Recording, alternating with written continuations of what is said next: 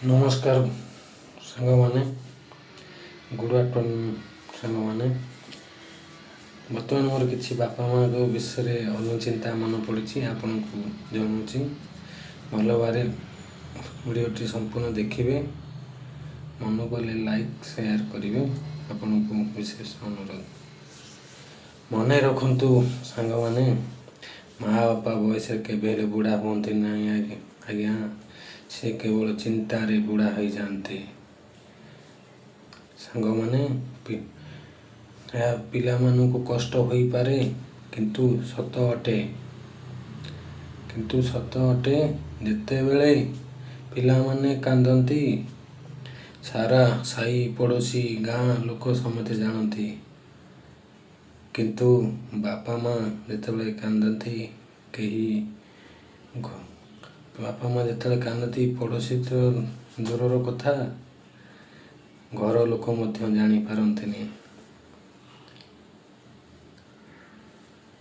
ଏଟା ନିତାନ୍ତ ସତ୍ୟ କଥା ଆଜ୍ଞା। ଆଜିକାଲି ଦୁନିଆର କଥା। କେତେବେଳେ ମା' ବାପା କାନ୍ଦନ୍ତି, ଯେତେବେଳେ ତାଙ୍କ ଆତ୍ମାକୁ ବାଧେ। କାନ୍ଦନ୍ତି, କେବେହେଲେ ପୁଅ ଆଗରେ କୁହନ୍ତି ନାହିଁ। ଚୁପଚାପ ମନର ଦୁଃଖ ମନରେ ରଖି କାନ୍ଦୁଥାନ୍ତି। ସେଇ ଲୁହ କାନ୍ଦ କାହାକୁ ଦେଖାଯାଏ ନା। ପୁଅ ବୋଉ ନାତି କାହାରିକି ଦେଖାଯାଏ ନା। କିନ୍ତୁ ଛୁଆଟି ଯେତେବେଳେ ଛୋଟ ହୋଇଥାଏ, ସବୁବେଳେ ଅଳି ଅଦଳି କରି କାନ୍ଦେ। ସାହି ପଡ଼ୋଶୀ ଗାଁ ଲୋକ ଜାଣିଛନ୍ତି, ବାବା ମୁଁ ବରା ଖାଇବି, ପିଆଜି ଖାଇବି, ସବୁ ଅଳି କରନ୍ତି, କାନ୍ଦନ୍ତି। ରାସ୍ତା ମଝିରେ ଗଲା ବାବା ମୁଁ ଏଠିକି ଯିବି, ସେଠିକି କାନ୍ଦି ଗଡ଼ନ୍ତି। ସାହି ଲୋକ ଗାଁ ଜାଣନ୍ତି। ବାପା ମା' ରାସ୍ତା ମଝିରେ କାନ୍ଦନ୍ତିନି ଆଜ୍ଞା। ଆପଣ ପୁଅମାନଙ୍କ ଆଗରେ କାନ୍ଦନ୍ତିନି, ଗୋଟେ ଘର କୋଣରେ ବସି କାନ୍ଦନ୍ତି। ଯେତେବେଳେ ପୁଅଟି ବାହାହେଲା ପରେ ବୋଉ କିଛି କହିଦେଲେ, ହେ ମୁଡ଼ା ଥୋଇଦେ ଖାଇବୁ, ତା ମନକୁ ବାଧିଲେ, କୌଣସି କାରଣ ହେତୁ ବୋଉ ପିଲାଟି କିଛି କହିଦେଲା ଯଦି ତା ମନକୁ ବାଧେ, ପୁଅକୁ କୁହନ୍ତି ନାହିଁ, ସହିଯାଆନ୍ତି। କାହିଁକି କୁହନ୍ତି ନାହିଁ? କହିଲେ ଦୁଇଜଣ ଆଙ୍କ ଜୀବନ କାଳ ଗଲାନି ବାପା ମା'ଙ୍କର। କାଳେ ପୁଅ ବୋଉ ଝଗଡ଼ା ଲାଗିବେ, ତାଙ୍କ ପରିବାର ଭାଙ୍ଗିଯିବ, ସବୁ ସହିଯାଆନ୍ତି। ପୁଅକୁ କିଛି କୁହନ୍ତି। ପୁଅ ଆସି ପଚାରିଲେ ବାବା କାହିଁ, ପୁଅ ଆସି ଯଦି ପୁଅଟି ବାପାକୁ ପଚାରେ, ବାବା ଆପଣ ଖାଇଛନ୍ତି? ନ ଖାଇଥିଲେ ବି ହଁ ବାପା ଖାଇଛି, ତୁ ଖାଇଦେ। କିନ୍ତୁ ବୋଉ ସେଠି ଚୁପଚାପ ଶୁଣୁଥାଏ। ସବୁ ସତ ତାଙ୍କୁ ମାଲୁମ ବୋଉ ପିଲାଟିକୁ। ବୋଉ ପିଲାଟି ବି ପାଟି ଖୋଲୁନଥାଏ। ସବୁ ଏ କଥା ସରିଲା ପରେ ମା' ବାପାଟି ଚୁପଚାପ କାନ୍ଦୁଥାନ୍ତି। ତାପରେ ଧୀରେ ଧୀରେ ଟିକେ ଅଣ୍ଡରଷ୍ଟାଣ୍ଡିଂ ଭୁଲ ସକାଶେ ପୁଅଟି ମୁଣ୍ଡ ନ ପୁରେଇକି, କଥାଟି ନ ବୁଝି ଶୁଣିକି ଚୁପଚାପ ରହିଯାଏ। ସେତେବେଳେ ମା' ବାପା ବେଶୀ କାନ୍ଦନ୍ତି। ବୋଉ ପିଲାଟି ଆହୁରି ସାହସ ବଢ଼ିଯାଏ।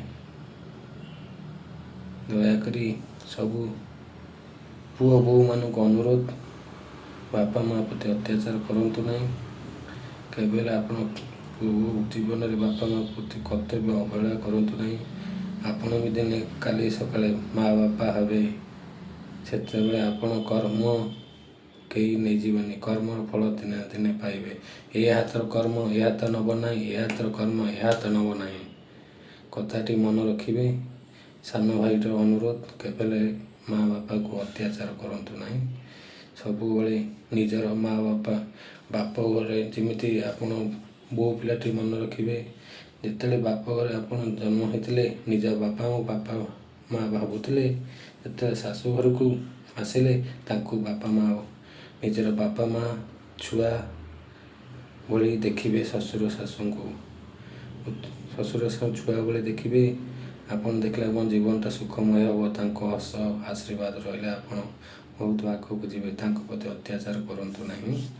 ସମସ୍ତେ ଆପଣ ଭଲରେ ରୁହନ୍ତୁ। ଜୟ ଜଗନ୍ନାଥ। ମୋ କଥାଟି ଯଦି କିଛି କାହାକୁ ଦୁଃଖ ଦିଏ, ମୋତେ କ୍ଷମା କରିବେ। ମୋ ମନରେ ଯାହା ଆସିଲା ଆଜ୍ଞା ମୁଁ ସେୟା କହିଲି। ଯଦି କିଛି ଭୁଲ କହିଥାଏ କ୍ଷମା କରିବେ। ଆଉ ଯଦି କିଛି କରେକ୍ସନ୍ କରିବାର ଅଛି ଆପଣ କହିବେ, ଏଇ ୱାର୍ଡ଼ଟି ଭୁଲ ହେଇଗଲା ଭାଇ, ଏଇଟା ଆପଣ କରେକ୍ସନ୍ କରନ୍ତୁ। ମୁଁ କରିବି, ପ୍ରତିଶ୍ରୁତି ଦେଉଛି। ସବୁବେଳେ ମୋ ଚ୍ୟାନେଲ୍ ମା' ବାପା ବିଷୟରେ ପଢ଼ୁଥିବ। ପ୍ଲିଜ୍ ସେୟାର କରିବେ, ସବସ୍କ୍ରାଇବ୍ କରିବା ଅନୁରୋଧ ରହିଲି। ଜୟ ଜଗନ୍ନାଥ।